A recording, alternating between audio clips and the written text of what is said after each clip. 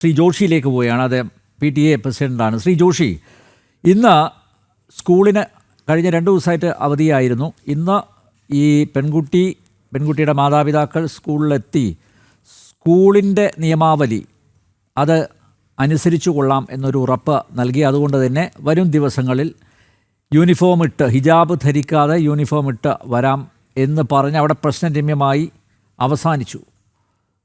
പക്ഷേ ഇപ്പോൾ കുറച്ചു മുമ്പ് പൊതുവിദ്യാഭ്യാസ മന്ത്രി വി ശിവൻകുട്ടി ഫേസ്ബുക്ക് പോസ്റ്റിൽ കൃത്യമായിട്ട് പറഞ്ഞിട്ടുണ്ട്. അതായത് കുട്ടിയെ ഹിജാബ് ധരിക്കാൻ അനുവദിക്കണം, ഇല്ലെങ്കിൽ നടപടി സ്വീകരിക്കുമെന്നാണ് പറഞ്ഞിരിക്കുന്നത്. അപ്പോൾ അവസാനിപ്പിച്ച ഒരു പ്രശ്നം, ആ പ്രശ്നം അതിപ്പോൾ വീണ്ടും അത് തുറക്കുകയാണ് വിദ്യാഭ്യാസ മന്ത്രി ഇടപെട്ട് തന്നെ. ഈ പെൺകുട്ടിക്കും അതുപോലെ പെൺകുട്ടിയുടെ മാതാപിതാക്കൾക്കും, ഒരുപക്ഷെ താങ്കൾ കൂടി അവിടെ സന്നിഹിതനായിട്ടുണ്ടാവാം അങ്ങനെ ഒരു ചർച്ചയിൽ, അവർക്ക് ബോധ്യപ്പെട്ടു ഇത് പാടില്ല എന്ന്. അവർക്ക് ഉത്തമ ബോധ്യം വന്നു. അതിൻ്റെ അടിസ്ഥാനത്തിൽ തന്നെയല്ലേ അങ്ങനെ ഒരു ധാരണയിൽ എത്തിയത്? അവരെന്താണ് പറഞ്ഞത്, എന്താണ് അവിടെ സംഭവിച്ചതെന്ന് ഒന്ന് ഹ്രസ്വമായി ഒന്ന് വിശദീകരിക്കാമോ?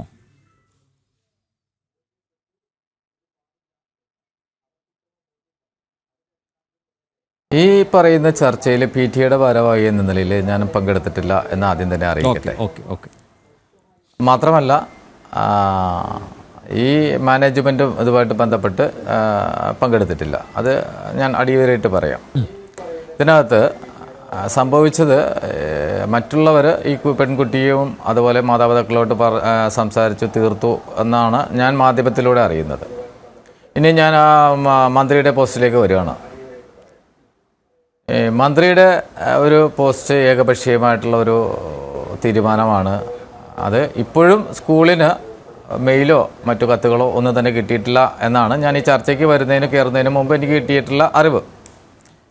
അപ്പോൾ ഒരു മന്ത്രി ഒരു തിട്ടൂരം ഇറക്കുന്ന പോലെയുള്ള ഒരു സംസാരം. കാരണം ഇത് അറിഞ്ഞതോടുകൂടി പാരൻറ്റുകളെല്ലാം എന്നെ വിളിച്ചിരുന്നു. മിക്കവാറും ഭൂരിപക്ഷം പാരൻറ്റുകളും വിളിച്ചു. മാതാപിതാക്കൾക്ക് ആശങ്ക, ഈ പെൺകുട്ടി ഈ സ്കൂള് അല്ലെങ്കിൽ ഈ മാതാപിതാക്കളും ഈ മന്ത്രി ഉൾപ്പെടെയുള്ള ആൾക്കാർ ഈ സ്കൂളിൻ്റെ പ്രവർത്തനം തകരാറിലാക്കാൻ പോവുകയാണോ? ഞങ്ങളുടെ കുട്ടികൾ എന്ത് ചെയ്യും? ഈ ഒരു കുട്ടിക്ക് വേണ്ടിയിട്ട് ഈ ഇത്രയും കുട്ടികളെ ബുദ്ധിമുട്ടിലാക്കുന്ന തരത്തിൽ മന്ത്രി, ഈ ഇടതുപക്ഷ മന്ത്രി ഇങ്ങനെ ചെയ്യുന്നത് എന്തുകൊണ്ടാണ് എന്ന് ചോദിച്ചുകൊണ്ട് പല ആളുകളും എന്നെ വിളിച്ചിരുന്നു. അപ്പം ഞാൻ പറഞ്ഞു, എനിക്ക് വ്യക്തമായിട്ടുള്ള അറിവ് കിട്ടിയിട്ടില്ല. കാരണം ഒരു മന്ത്രി, രാജ്യം ഭരിക്കുന്ന അല്ലെങ്കിൽ നമ്മുടെ സംസ്ഥാനം ഭരിക്കുന്ന ഒരു മന്ത്രി ഇങ്ങനെ ഏകപക്ഷീയമായിട്ട് ക്രൈസ്തവ മാനേജ്മെൻറ്റ് കീഴിലുള്ള സ്കൂളുകൾ ഈ എന്താ പറയുക, അത് പ്രവർത്തനം അല്ലെങ്കിൽ അവർ പ്രവർത്തനം നിർത്തുവാനായിട്ടുള്ള തിട്ടൂരം ഇറക്കുമോ എന്നുള്ളൊരു സംശയം എനിക്കുണ്ട്. തീർച്ചയായിട്ടും ഒരിക്കലും മന്ത്രി അങ്ങനെ പറയുമെന്ന് കരുതുന്നില്ല. കാരണം ഒരു കുട്ടി മാത്രമല്ലല്ലോ അവിടെ പഠിക്കുന്നത്, അല്ലെങ്കിൽ ഒരു മതവിഭാഗത്തിലെ കുട്ടികൾ മാത്രമല്ലല്ലോ പഠിക്കുന്നത്, മറ്റ് മതവിഭാഗത്തിലുള്ള കുട്ടികളും അവിടെ പഠിക്കുന്നുണ്ട്.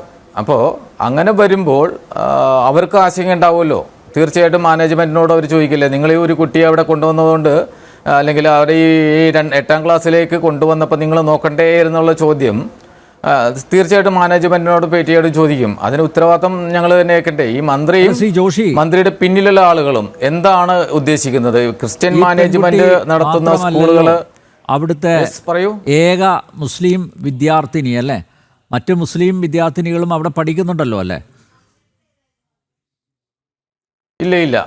ഈ പെൺകുട്ടി മാത്രമായിട്ട്, അതിലേക്ക് ഞാൻ വരാം. 117ഓളം പെൺകുട്ടികൾ കുട്ടികൾ, മുസ്ലിം കുട്ടികൾ ഇവിടെ പഠിക്കുന്നുണ്ട്. അതിൽ ഒരു പെൺകുട്ടി എന്ന് പറയുന്നത് ഈ കുട്ടിയാണ്. ഈ കുട്ടി മുൻപ് മുജാഹിദ് സ്കൂളിലാണ് പഠിച്ചുകൊണ്ടിരുന്നത്. ഞാൻ അതിലേക്ക് വരാം. ഞാൻ എൻ്റെ അറിവ് വെച്ചിട്ട് ഞാൻ പറയുകയാണ്, മുജാഹിദ് സ്കൂൾ എന്ന് പറയുന്ന സ്കൂളിലാണ്, കൊച്ചിയിൽ തന്നെയുള്ള മറ്റൊരു സ്കൂള്. ആ സ്കൂളിൽ എല്ലാവിധ ഇതുപോലുള്ള സാഹചര്യങ്ങളും ഉണ്ടായിരുന്നല്ലോ. എന്നിട്ട് എന്തുകൊണ്ടാണ് അവിടെ നിന്ന് TC മേടിച്ച് STPI കളർത്തറ എന്ന് പറയുന്ന ഈ STPIയുടെ മാനേജ്മെൻറ്റ് നടത്തുന്ന ഒരു സ്കൂളിലേക്ക് കൊണ്ടുപോയി? അവിടെ വിഷയങ്ങളുണ്ടായി എന്നാണ് എനിക്ക് മനസ്സിലാക്കാൻ കഴിയുന്നത്. അവിടെ നിന്നുള്ള ആളുകൾ അങ്ങനെയാണ് പറഞ്ഞത്. എന്ത് തരം വിഷയമാണെന്നുള്ളത് മറ്റുള്ളവർ അന്വേഷിച്ച് മനസ്സിലാക്കേണ്ടതാണ്. പക്ഷേ അതേ കുട്ടി തന്നെ വീണ്ടും മറ്റൊരു സ്കൂളിലേക്ക് വരുന്നു, 3ാമത്തെ സ്കൂളിലേക്ക് വരുന്നതായിട്ടാണ് ഞാൻ അറിയുന്നത്. അപ്പോൾ ഓരോ മാനേജ്മെൻറ്റ്, അതായത് എനിക്ക് ആ കുട്ടിക്ക് പഠിക്കാനുള്ള സകല സാഹചര്യമുള്ള മുജാഹിദ് സ്കൂളിൽ പഠിക്കാമായിരുന്നിട്ടും എന്തുകൊണ്ട് ഈ കുട്ടി മറ്റ് മാനേജ്മെൻറ്റുകളിലേക്ക് വരുന്നു, അവിടെയെല്ലാം വിഷയങ്ങളുണ്ടാക്കുന്നു എന്നുള്ളത് മനസ്സിലാക്കണം. ഈ STPIയിൽ കൂടുതൽ ഇതുപോലെ വിഷയങ്ങളുണ്ടായപ്പോൾ ഈ പറയുന്ന മന്ത്രിക്ക് പരാതി കിട്ടിയിട്ടുണ്ടോ ഇല്ലയോ എന്നുള്ളത് എനിക്കറിയില്ല. ഇതുപോലെ പരാതികൾ അവിടെ അറിയിച്ചിട്ടുണ്ട്. അവർ സംഘടിത ശക്തി ആയതുകൊണ്ട് മാത്രമായിരിക്കാം അവിടെ ഈ മന്ത്രിയുടെ തിട്ടൂരം ഇറങ്ങാതെ അത് വിലപ്പോകാതെ പോയത്. കാരണം SNDPയുടെ തലപ്പത്തിരിക്കുന്നത് ആരാണെന്ന് നമുക്കൊക്കെ കൃത്യമായിട്ട് അറിയാം. അതുകൊണ്ട് SNDP സ്കൂളിലേക്ക് ഈ തിട്ടൂരം ഇറക്കാനായിട്ട് എന്തുകൊണ്ട് ഈ വിദ്യാഭ്യാസ മന്ത്രിക്ക് സാധിച്ചില്ല എന്നുള്ളൊരു ചോദ്യം പൊതുസമൂഹത്തിൻ്റെ മുന്നിലും അതേപോലെ ക്രൈസ്തവ മാനേജ്മെൻറ്റ് നടത്തുന്ന സ്കൂളുകളുടെ മുന്നിലേക്കും വരുന്നു. ക്രൈസ്തവ മാനേജ്മെൻറ്റുകൾ നടത്തുന്ന സ്കൂളിലേക്ക് ഇത്തരം തിട്ടൂരവുമായിട്ട് മന്ത്രി വരുന്നത് എന്തിൻ്റെ ആരാണ് അതിൻ്റെ പിന്നിലെന്നുള്ളത് വ്യക്തമല്ലേ? സംഘടിത ശക്തികൾ വോട്ട് ബാങ്കായിട്ട് മാറുമ്പോൾ വിദ്യാഭ്യാസ മന്ത്രി പോലും ഈ പറയുന്ന മാനദണ്ഡങ്ങളെല്ലാം ഈ പറയുന്ന പോലെ ഇങ്ങനെ ഒരു തിട്ടൂരം ഇറക്കേണ്ട കാര്യമുണ്ടോ? തീർച്ചയായിട്ടും ഇതൊരു ഏകപക്ഷീയമായിട്ടുള്ള തീരുമാനമാണ്. താങ്കൾ പറഞ്ഞത് ശരിയാണ്. ന്യൂനപക്ഷ വോട്ട് ബാങ്കിൽ കണ്ണും നട്ടിരിക്കുന്നവർക്ക് ഇത്തരത്തിലുള്ള ഒരു ഇടപെടൽ നടത്താനേ സാധിക്കൂ, അല്ലെങ്കിൽ അവരിൽ നിന്ന് ഇതേ നമ്മൾ പ്രതീക്ഷിക്കണ്ടോ?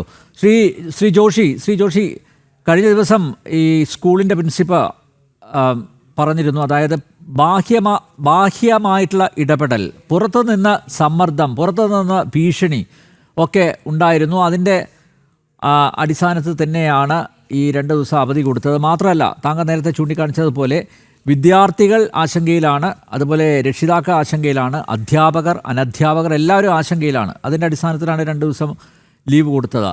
അപ്പോൾ അത്തരമൊരു സ്ഥിതിവിശേഷം ഉണ്ടാക്കുന്നതിന് കാരണഭൂതരായിട്ടുള്ളവർ പുറത്ത് നിന്ന് കൃത്യമായിട്ട് അവർ ഓപ്പറേറ്റ് ചെയ്യുന്നുണ്ട്. അതിൻ്റെ ഭാഗമായിട്ട് തന്നെയായിരിക്കുമല്ലോ ഒരുപക്ഷെ ഭീഷണിയും സമ്മർദ്ദവും ഒക്കെ ഉണ്ടായത്, അല്ലേ? അപ്പോൾ അതാണ് ഞാൻ ആമുഖത്തിൽ സൂചിപ്പിച്ചത്.